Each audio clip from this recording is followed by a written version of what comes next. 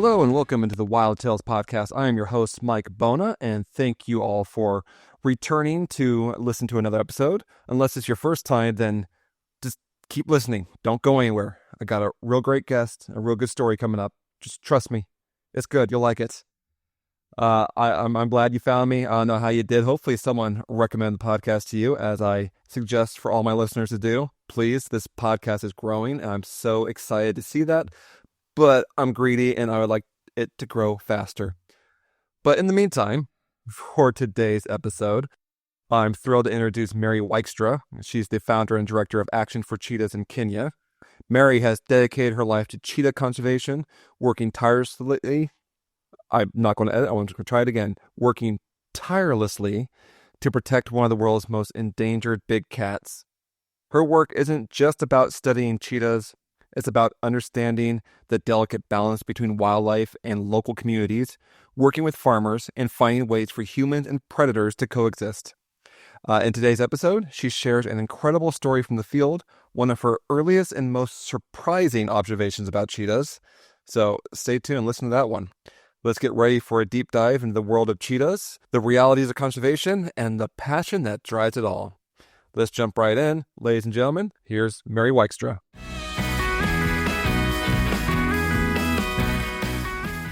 All right. Well, thank you, Mary, for joining Wild Tales all the way on the other side of the world. As we're just discussing on our own, you're in Kenya. I'm in Los Angeles. You're drinking your morning juice. I have my little special evening drink. We won't say what it is. You could probably guess. So you're the founder and president of Action for Cheetahs. I want to get into your story, but real quick, you want to tell us a little bit about what Action for Cheetahs is and what you guys do? Yeah. So Action for Cheetahs in Kenya is a nonprofit organization registered as a 501c3 in the States.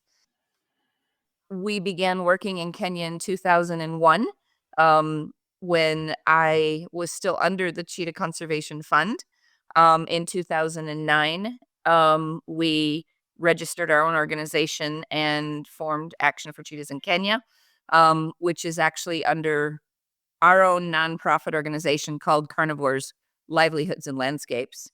And we set it up here in Kenya so that we could hire employees here and follow all of the right protocols legally, but also because we needed to be able to do our own fundraising efforts. So what we do is obviously study cheetahs, as Action for Cheetahs would say, but we look at human wildlife conflict mitigation. We look at cheetah distribution and cheetah diet and basically monitoring the population of cheetahs throughout Kenya. But we have focused projects right now up in Samburu, which is in northern Kenya, that's where our employees are based and where our field camp is. Fantastic. Yeah, several years ago, my wife and I were in Kenya. We went to the Lewa Wildlife Conservancy, and that's like one of the top animals on our list was to see a cheetah. And I know it's can be kind of hit and miss in some of these places. Sometimes you get lucky, sometimes you don't. And I think on our first drive, like 20 minutes in, we came right across a cheetah just lying in the grass, just like posing for us, just waiting for us. It was beautiful. Yes. But working out there, doing cheetah conservation, I'm sure you get to see a lot more cheetahs than that one I did. And I'm guessing you got a good cheetah story to tell me, or maybe a couple. Yeah. So just to kind of step back into the Lewa side of things too, that's actually where I saw my first wild cheetah as well. I was a zookeeper in the U.S. I worked at Binder Park Zoo in Michigan and then moved to Utah's Hogle Zoo as an exhibit designer. And that was when I got into the American Association of Zookeepers, and I began doing fundraising and working with the zookeeper chapter on our Bowling for Rhinos. So because I was trying so hard to win the trip to Africa, I actually decided that I was going to take a second mortgage out on my house, and I traveled to Lewa to meet Anna Mert. And similar to you, on the first drive that we had actually from the airport out towards Lewa is when I saw the first wild cheetah. And I had worked with cheetahs at both zoos, so that was number one on my bucket list as well. Little did I know at that time that the next direction that I would be taking would be to actually study cheetahs. So about 6 years after that, a friend and I decided we wanted to do some volunteer projects. And so we sent out applications to several organizations, and the Cheetah Conservation Fund happened to be one of those organizations that accepted us as volunteers. And so that's kind of how I got my start, was basically through zoos, through volunteering, and through reaching out to do a project in Kenya. But when I came to Kenya, um, I had spent some time at the Cheetah Conservation Fund prior to that, and I felt like I was just going to be able to implement some of the same programs using the model of the Cheetah Conservation Fund. But when I got to Kenya, I found out that the cheetahs here are quite different.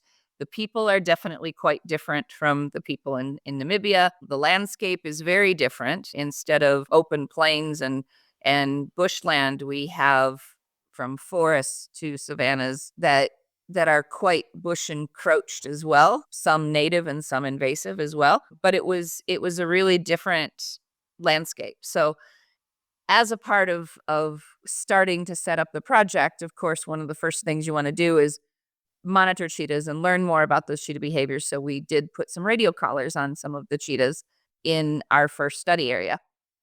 And in tracking the cheetahs, what you did back then, when your technology was a little bit not as advanced as it is today, what we would do is we would triangulate the sound, the ticking sound of the cheetah radio collar, and then we would go on foot to try to get visuals of those cheetahs.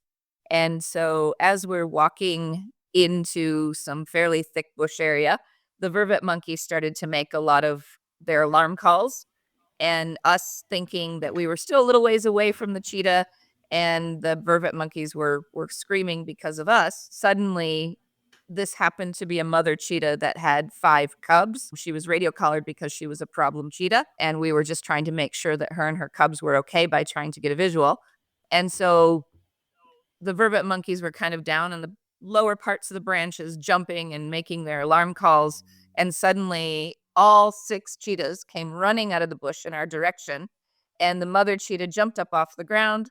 She jumped about 4 feet in the air, grabbed one of the vervet monkeys, put it in her mouth. You know how a cat that grabs a toy will stick it in the mouth and then run? She did this with the vervet monkey. She ran off. The other 5 cubs, which were subadults, were running in all directions. And that was the first time that I had ever heard of a cheetah killing a vervet monkey. Of course, I was with some of my field officers, and one of the field officers grabbed me by the shoulders and actually held me in front of him.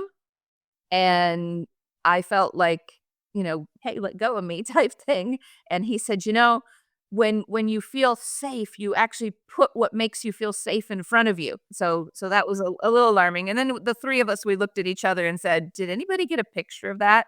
And of course, it was just such a shocker to have these 6 cheetahs running around us that none of us did get a picture. So we had no proof that the cheetah ate a vervet monkey, other than 3 of us saw it with our eyes. I called a few people. I said, is that normal? Do cheetahs eat monkeys? No, cheetahs don't ever eat monkeys. Fast forward to about 6 years later, we began doing cheetah fecal studies, scat analysis, poop, whatever you want to call it. And the master student, Noreen Mutoro, who was doing the analysis of the cheetah scat that we had been collecting, gave me a call one afternoon and said, Mary, I found something really unusual. She said, there's a hand of a vervet monkey in one of the scats of the cheetah. So now we had 2 incidences documenting that cheetahs will eat vervet monkeys. Should I at least get a picture of the hand? We do have a picture of a hand, actually. Yes. Okay. I don't know if I want to see it, but how adaptable the cheetahs actually are. And what we kind of needed to then find out next was that like a last ditch adaptation to habitat loss, or is that because cheetahs are more adaptable than we originally thought they were? So we've continued since then to do scat analysis. What we actually do now, because that first study, our field officers found about 300 poops that they thought could potentially be cheetah. But in Noreen's study, only 27 of those scats actually belonged to a cheetah. So we knew we had to come up with a better way to identify and find cheetahs. And we now have a scat detection dog program that we use domestic dogs to locate cheetah poop. And then we don't have to have the radio collars on. We don't have to go trucking in the bush the same way that we did searching for a little bleeping noise. But our dogs are able to find the scat. And in the studies that we've done so far, our dogs have found over 300 cheetah scats across different areas of Kenya. And we now have another student who is doing genetic analysis and diet analysis. So we don't have the results on how many more monkeys, but yeah. Yeah, and the dogs, they can tell the difference between cheetah scat and lion scat and leopard scat, like all the other poops you'll find in the wild, huh? It's Yes, amazing how yeah. A cheetah keen a sense of has, smell like a dog can yeah, have. a cheetah has 30 million sensors in their nose, and they actually can smell in 3D. So similar to how we see in 3D, the dog finds its direction using its nose way better than we do. But I will say cheetah scat has a very pungent odor. And there are times that as we get close to where the dog is indicating, like, whoop, now I know why he found it. But yeah, when it's fresh scat, cheetah scat has a very strong pungent smell. So yeah, one of our dogs actually found a scat from about 700 meters, almost a kilometer away. That's a half a mile away from the track that we were searching on. He basically just took off in the direction, and the handler recognized that the dog had a scent, and we went in the direction of where the scat was. And it was when we documented from where he first saw the dog have an indication to where the scat was 700 meters. And so we've had 4 different dogs over the course of the study. One of them is retired because of a heart murmur, and she is now my pet. One of them contracted a tick-borne disease and passed away. And we've got the 2 dogs that are still working. But between all of them, it's just about 300 scats that they found. So That's amazing. I try to keep this podcast somewhat clean, but I guess you can say these dogs really know their stuff. poop. The poop. They really know their poop. Yes. You can fill in the word that I would prefer to say, but won't. Yes. That's great. And then, yeah, vervet monkeys. Do you think it's all the cheetahs in the area, or just a couple that have specialized in monkey hunting? Well, as of right now, it's kind of one area that we've done the scat analysis of. So since that time, that was in 2017 that she did that study. Since that time, we've been collecting the scats, and they've been getting frozen and put on ethanol and stored in the Kenya Wildlife Service forensic facilities. And of course, 2020 took us back financially, getting the funding to run the analysis. What we're going to be doing, the first time we did the analysis, we used hair from within the scat. So basically, you put the poop into a washing machine, you wash it so that only the hair remains, then you put the hair in some ethanol, and you take 10 hairs out of the sample, and you look at the hair itself from the follicle. And every hair follicle looks differently. It's obviously quite time consuming, takes a lot of space, takes a lot of effort. And that's how Noreen did that first study with only 200 samples. She had to find a cheetah scat in it, a cheetah hair in it, and then look at what the prey base was. So a far more technically advanced way of doing this is to use genetic analysis to do that. More expensive, less time consuming, and obviously molecular doesn't take up as much space. You don't need to have 20 slides from each cheetah scat. You have one tiny little vial. So that's what we were kind of doing, is doing all the fundraising to not just do one area, but to conduct a full national cheetah survey. So that's what we're doing right now. Is we did all the pilot work, and we've developed a methodology that we're using for a full national survey. That hasn't been the only thing that my staff do, because obviously we have our one field base where conducting the pilot studies is a part of it, but also working with the community and conflict mitigation is the other part of what they do. And so, yeah, we have the funding now for the vehicle that we need, the camping equipment, and for being able to run genetic analysis on.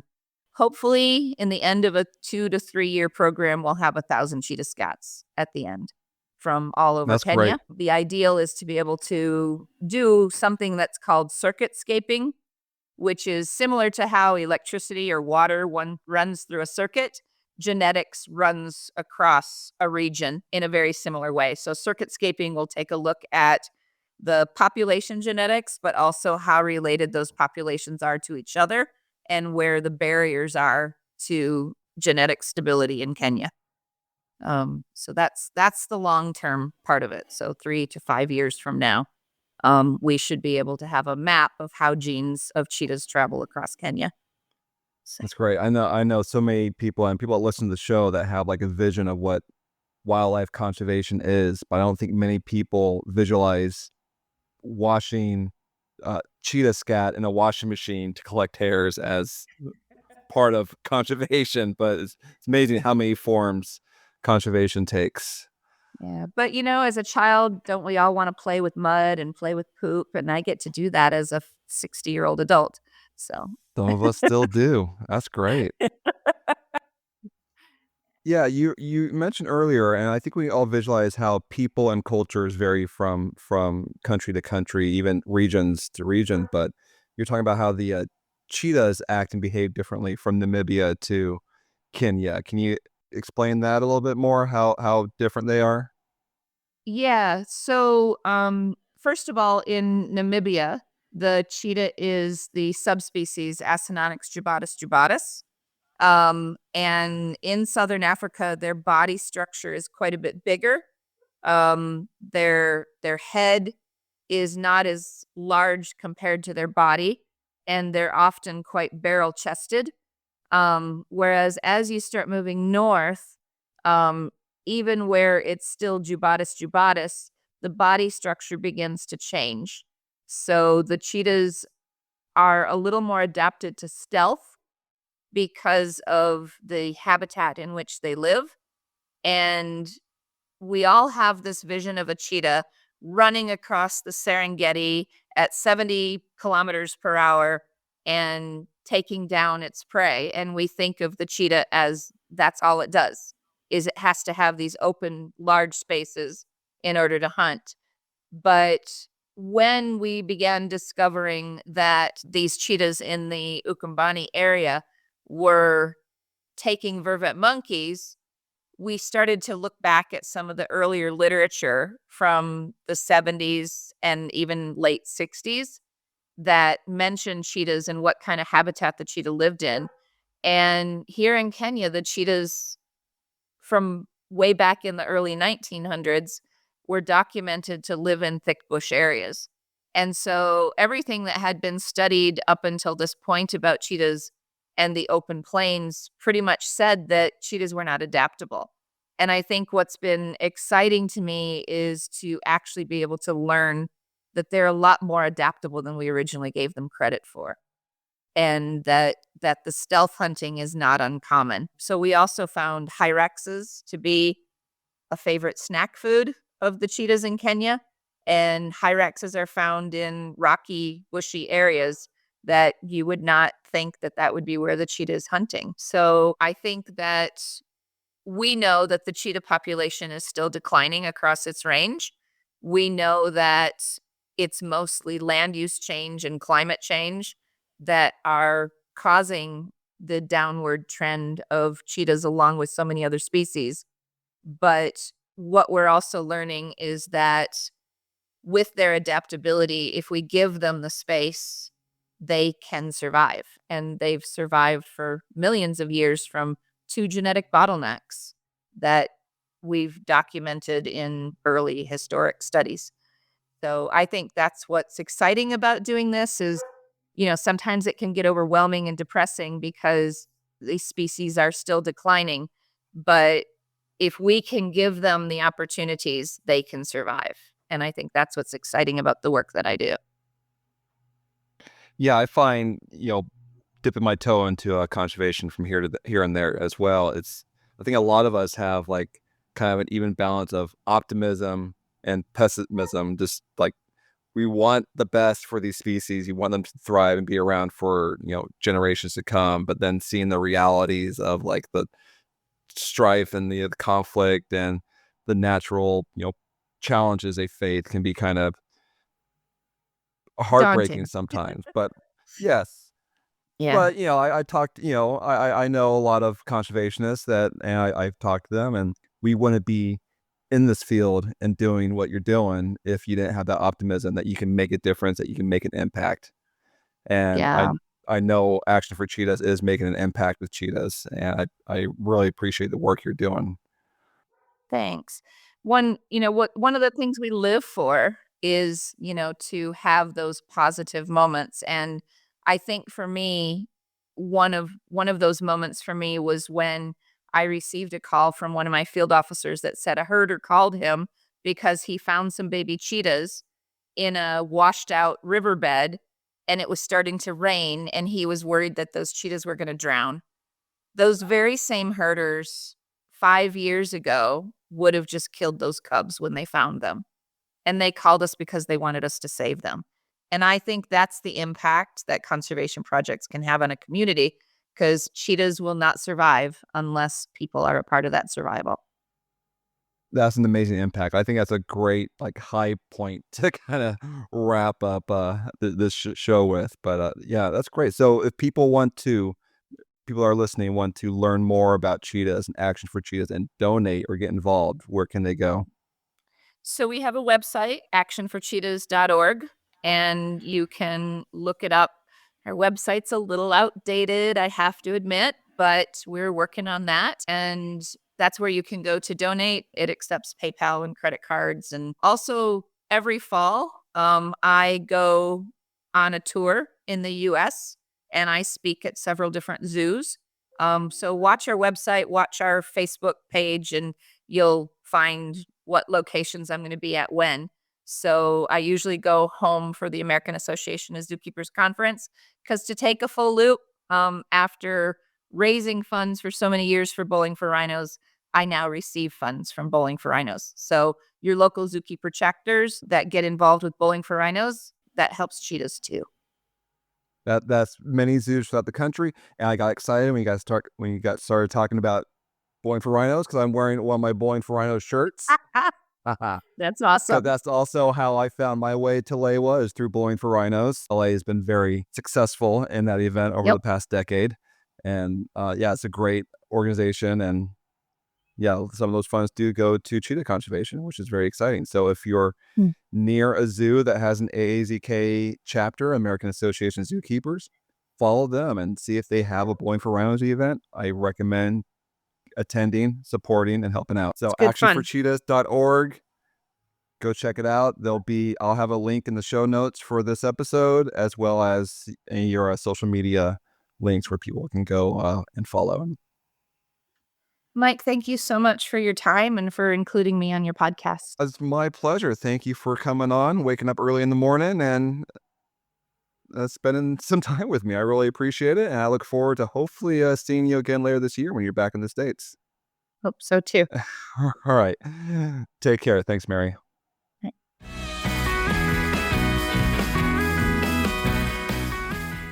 Big thanks to Mary Wykstra for joining the podcast today and calling in from the other side of the planet, all the way from Kenya. It was a delight talking to her. I hope you all learned something about cheetahs, and if you want to learn more, I suggest go to their webpage, actionforcheetahs.org. Check them out on Instagram at actionforcheetahs. Learn about cheetahs, make a donation, support the work she's doing. We all love cheetahs, right? We want to see them around for years and years to come. And if you're enjoying the podcast, please like and review. Follow me on Instagram at WildTalesPod. Follow me on Blue Sky, just at WildTales. You can email anything you want. Questions, comments, stories, whatever. Just want to say hi? You can just say hi. I'll respond. Email at wildtalespod@gmail.com. As always, that's Tales spelled Tails. I look forward to hearing from you, and hopefully you stick with us because I got some more great interviews coming up in the future and can't wait for you to hear them. In the meantime, stay wild, my friends.